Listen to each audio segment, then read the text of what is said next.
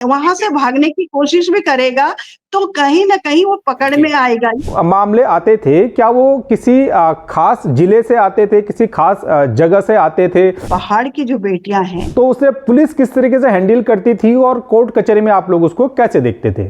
Proof करना बड़ा मुश्किल होता था, खाली पीड़िता का बयान होता था। कुछ एक्सट्रीम केस आपने भी देखे होंगे जहां एक महिला थी, उसके 3 बच्चे थे और जब हमने पूरी जांच की तो बाद में पता चला कि वो रिलेशनशिप में रह रही थी, वो चला गया। नमस्कार। तो देश में समान नागरिक संहिता यानी कि यूसीसी लागू करने की बहस आजादी के समय से ही चली आ रही है। यहां तक कि संविधान सभा में तक इस विषय पर खूब चर्चा हुई और तब संविधान निर्माता डॉक्टर BR अम्बेडकर ने भी देश के सभी नागरिकों के लिए यूसीसी की पुरजोर वकालत की थी। लेकिन आजाद भारत के अगले 75 साल तक भी समान नागरिक संहिता कहीं भी लागू नहीं हो पाई। लेकिन अब 27 जनवरी से उत्तराखंड में यूसीसी लागू हो चुकी है। ऐसा करने वाला उत्तराखंड आजाद भारत का पहला राज्य भी बन चुका है। उत्तराखंड समान नागरिक संहिता की चर्चा इसलिए भी ज्यादा हो रही है क्योंकि इसमें लिव इन रिलेशनशिप की पंजीकरण की व्यवस्था की गई है। इस तरीके से पहली बार लिव इन के लिए देश में कोई कानून बना है। अब तक लिव इन रिलेशनशिप की जो बातें होती थी वो चोरी छुपे ही होती थी, लेकिन इस कानून के जरिए पहली बार किसी राज्य ने स्वीकार किया है कि समाज में अब लिव इन का चलन काफी बढ़ गया है। तो आज हम इसी विषय पर चर्चा कर रहे हैं कि उत्तराखंड जैसे परंपरागत समाज में लिव इन का चलन किस हद तक है और कानून न होने से अब तक इसमें क्या दिक्कतें आ रही थी और अब जब कानून बन गया है तो इससे क्या बदलाव आएंगे। आज इस विषय पर हमारे साथ बात कर रही हैं उत्तराखंड महिला आयोग की निवर्तमान अध्यक्ष कुसुम कंडवाल जी और देहरादून बार के वरिष्ठ अधिवक्ता संजीव शर्मा जी। आप दोनों लोगों का बहुत बहुत स्वागत है। तो इस कड़ी में मेरा पहला सवाल कुसुम कंडवाल जी से है कि मैडम आप महिला आयोग की अध्यक्ष रही हैं।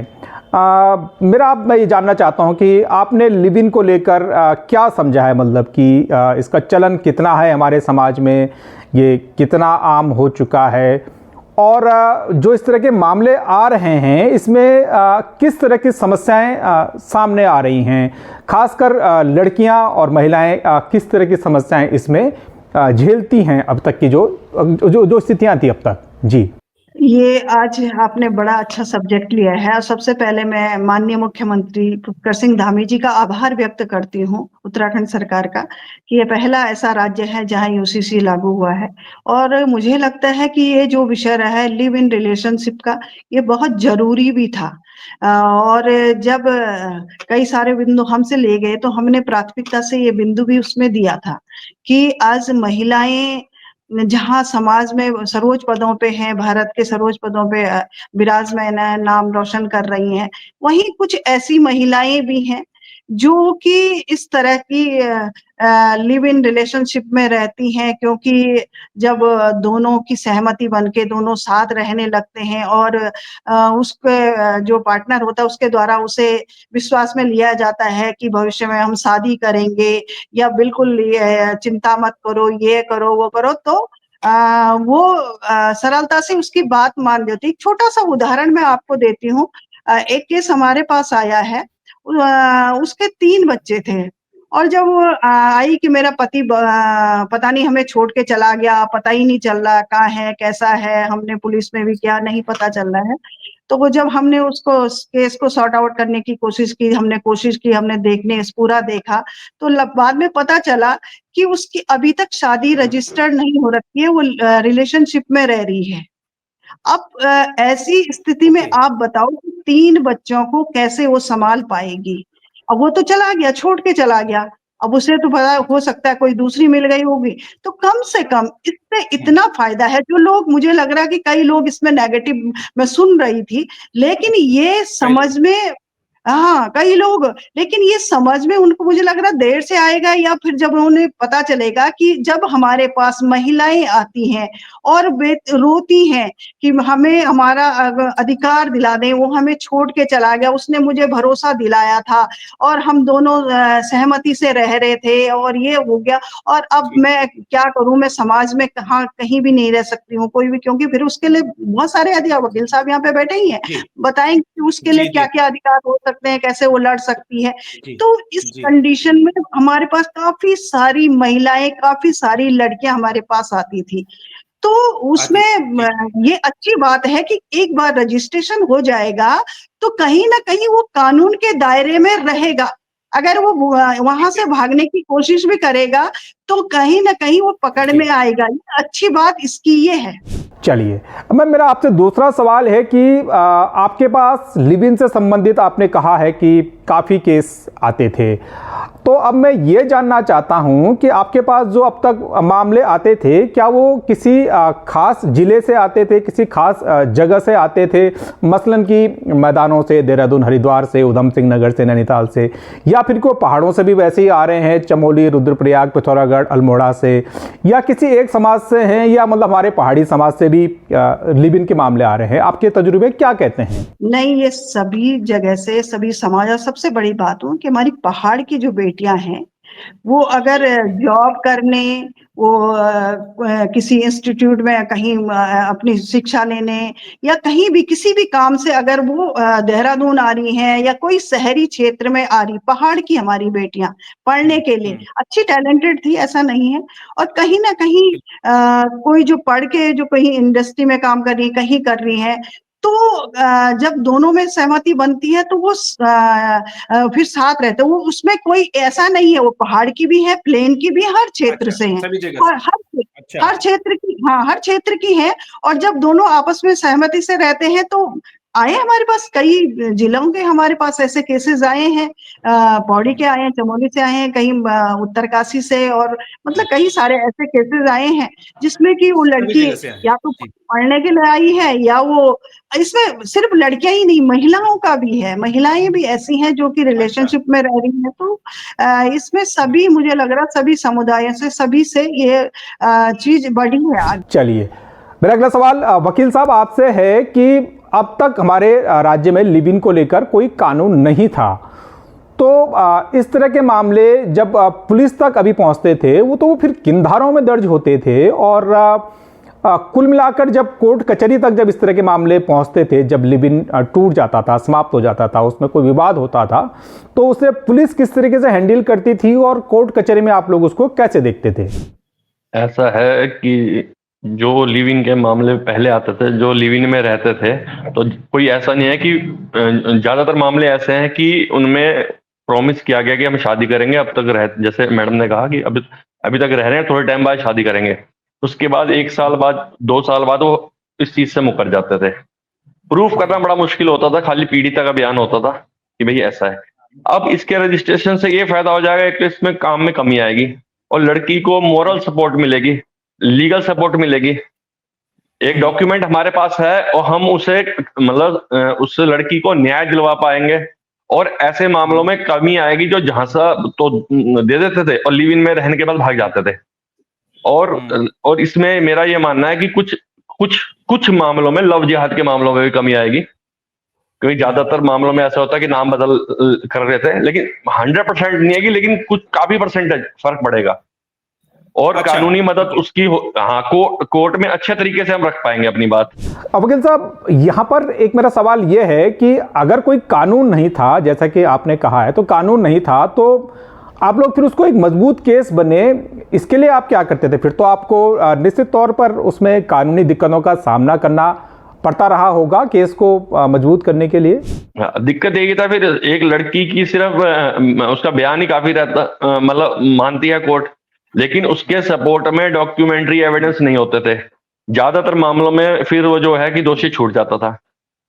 और ज्यादातर मामले ऐसे ही हैं कि लड़की इच्छा से नहीं रही, लड़की को प्रॉमिस किया गया कि हम आपसे शादी करेंगे, और उसके बाद वो मुकर गए, तो बड़ा मुश्किल हो जाता था कोर्ट में साबित करना कि ये लिव इन में रहे हैं, है ना। और कई मामले ऐसे भी थे कि लड़की फर्जी फंसा देती थी, दोनों इच्छा से रह रहे हैं और बाद में कुछ उनमें खटपट हुई है, बाद में उन्हें बलात्कार का मुकदमा करा दिया है। तो इस चीज में भी कमी आएगी, क्योंकि उस समय बड़ा साबित करना बड़ा मुश्किल हो जाता था कि लड़का निर्दोष है, या दोनों की सहमति से, कंसेंट से वो साथ रह रहे थे।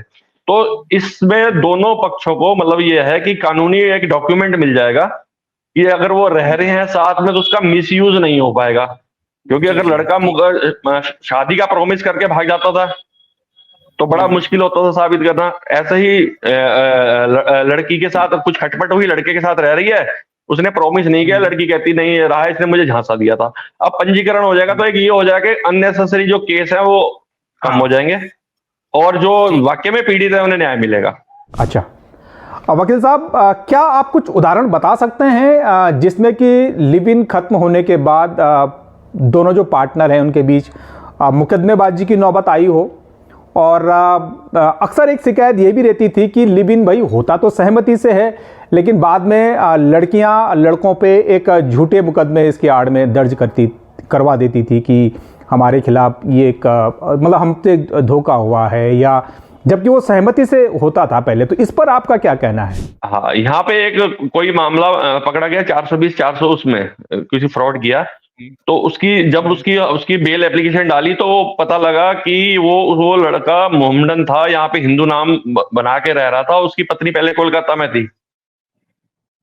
तो 2 मामले हो गए इसमें। एक तो उसने यहाँ फ्रॉड किया है, उस लड़की के साथ भी चीटिंग कर दी, फर्जी आईडी बना के, और उसे ये बताया कि मैं हिंदू और यहाँ रहता रहा, जबकि वो पीछे से छोड़ के आ रखा था, और कोई डॉक्यूमेंट उसमें से इतनी व्यवस्था थी नहीं। मंदिर में गया, नाम बदल लिया, शादी कर ली। हाँ, मंदिर में गया, शादी कर ली। और थोड़ी दिक्कत ये भी है कि अब हाँ जी, फर्जी आईडी से भी शादी कर लेते थे, फर्जी आधार कार्ड बना लिया, फर्जी पहचान पत्र बना लिया, उससे भी हुई है। तो मुझे लगता है इस चीज पे भी अंकुश लगेगा इससे। चलिए, अब मैं यहाँ पर यही सवाल एक बार कुसुम कंडवाल मैम से पूछ लूं कि मैम, कुछ एक्सट्रीम केस आपने भी देखे होंगे जहां पर कि लड़की ने भरोसा किया अपने पार्टनर पे, लेकिन कई बार ऐसा भी हमने देखा है कि लिव इन से कोई संतान पैदा हो जाती है, लेकिन पार्टनर भाग जाता था।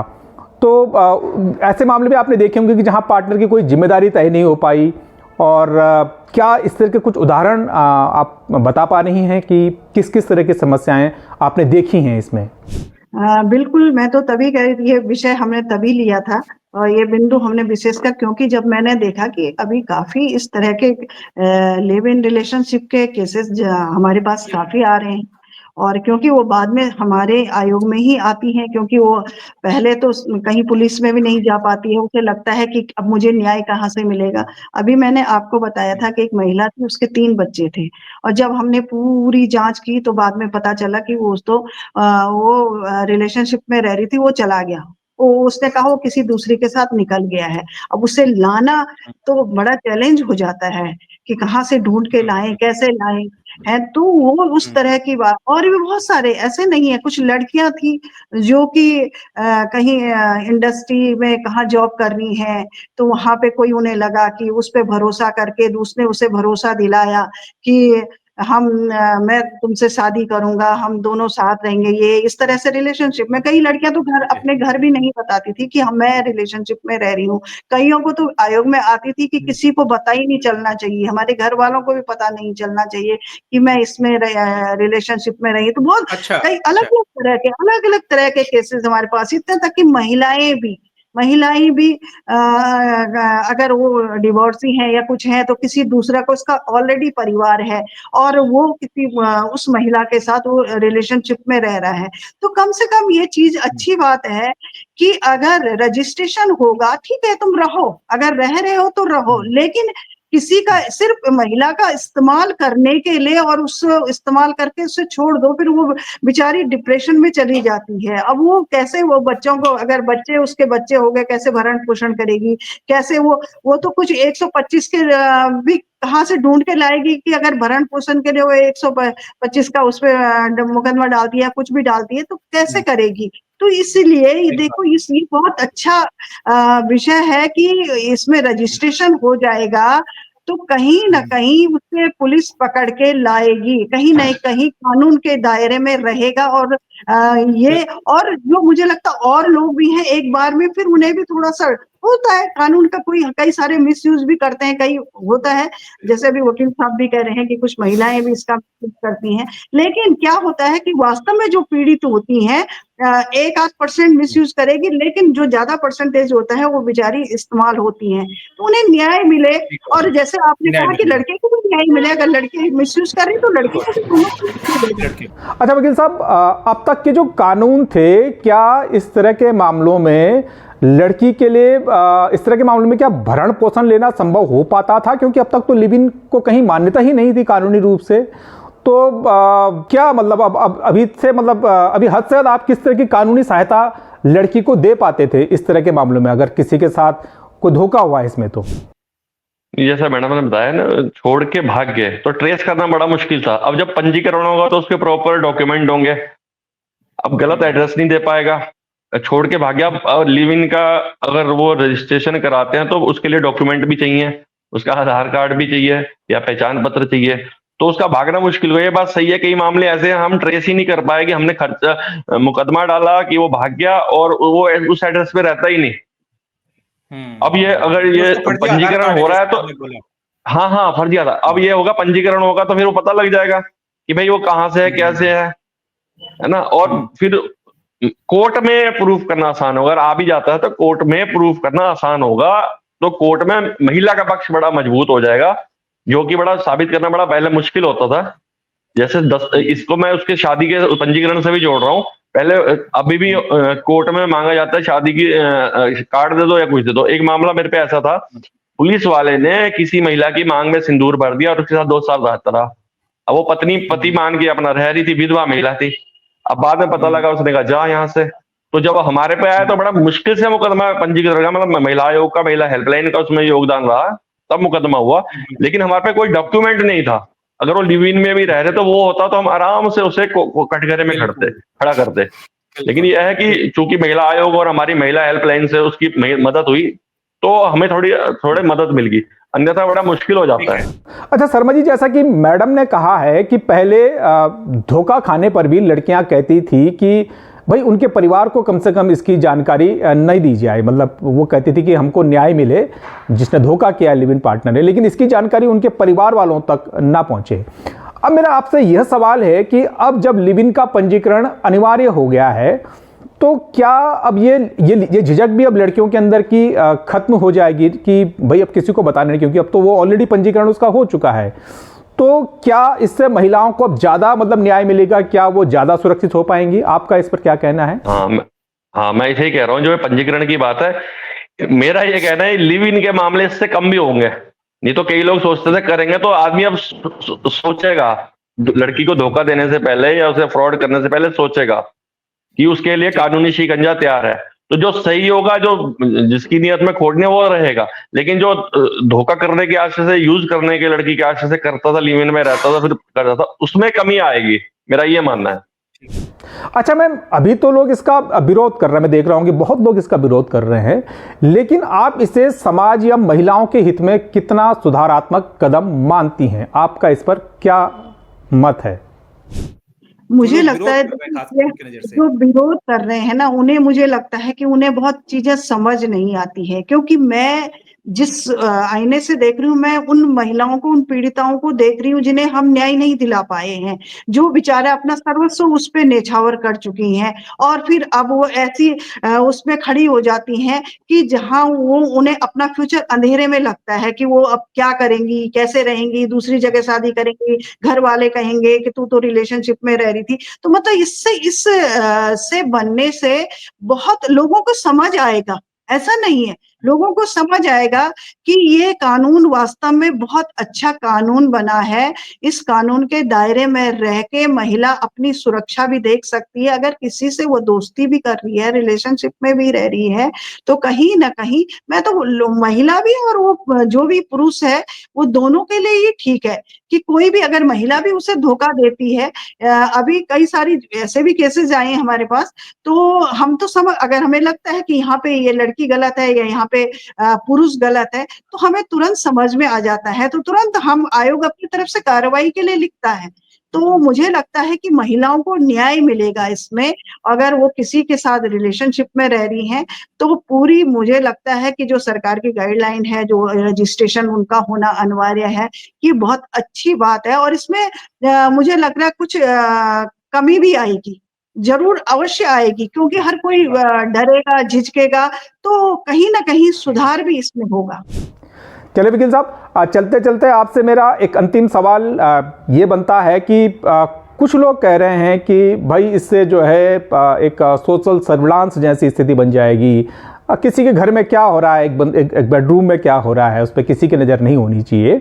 और लोग ये भी कह रहे हैं कि हमारी निजता का भी उल्लंघन है, किसी के भी साथ किसी को अपना जीवन बिताना है। तो आप इसको क्या मानते हैं, क्या सच में इसमें निजता का उल्लंघन है, या ये निजता का उल्लंघन नहीं है, भाई एक सुरक्षा का सवाल है? देखिए, निजता का उल्लंघन मैं नहीं मानता, सबको पता होता है। मतलब अगर कोई कहीं रह रहा है तो आसपास पड़ोस में पता होता है ये मैरिड है या लिव इन में रह रहे हैं। तो मेरा कहना है कानूनी जामा पहना के कम से कम एक कानूनी रूप से ये हो जाएगा, सिक्योर हो जाएंगे दोनों लोग। और समाज में तो अगर आप कानून नहीं लाए तब भी रहेंगे, और अगर कानून नहीं लाए थे तब भी रह रहे थे।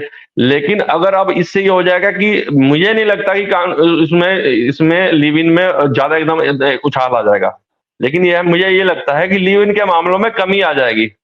लोगों को पहले ही पता रहता लिव इन में रह रहे हैं ये, लेकिन ये दूसरी दृष्टि से देखते, अब कम से कम ये तो है कि भाई इस कानून की दृष्टि में लीगल है, तो हीन दृष्टि से नहीं देखेंगे। एक तो दूसरी है ना, दूसरी बात मेरा कहना है कि कमी आएगी इससे लिव इन के मामलों में, मेरा जो सोचना है। बिल्कुल बिल्कुल, क्योंकि पहले इसमें कोई कानून था नहीं, जहां से देखे चले जाते थे। जी ठीक है, जी मैम आप कुछ कह रहे हैं जी। हाँ, एक प्रश्न मेरा भी है कि जैसे कि एक केस हमारे पास आया, तो उसमें क्या था कि वो किसी के साथ रिलेशनशिप में रह रही थी पहले, घर वालों को उसने बताया नहीं, बाद में उसकी शादी किसी दूसरे लड़के से हो गई थी, और वो लड़के को तुरंत ही, जो शादी के तुरंत बाद जैसे पता चला कि वो सोशल मीडिया में लगी है, हर समय वो चैटिंग में लगी है, तो उसे थोड़ा सा लगा कि ये कुछ गलत है।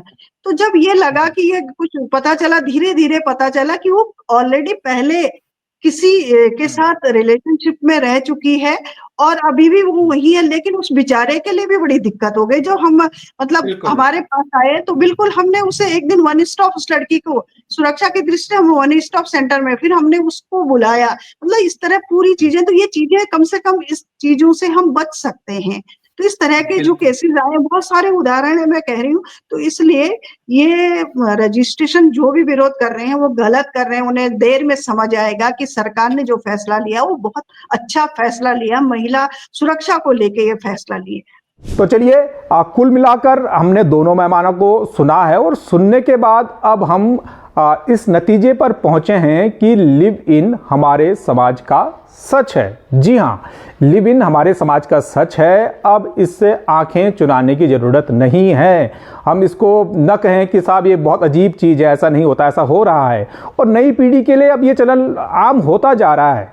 जैसा कि महिला आयोग की जो अध्यक्ष हैं कुसुम कंडवाल जी, ये आपने बताया अभी बातचीत में कि पहाड़ की बेटियां या पहाड़ के जो लड़के हैं वो भी अब शहरों में आकर लिव इन में रह रहे हैं, और काफ़ी बड़ी संख्या में ये मतलब एक आम हो रहा है।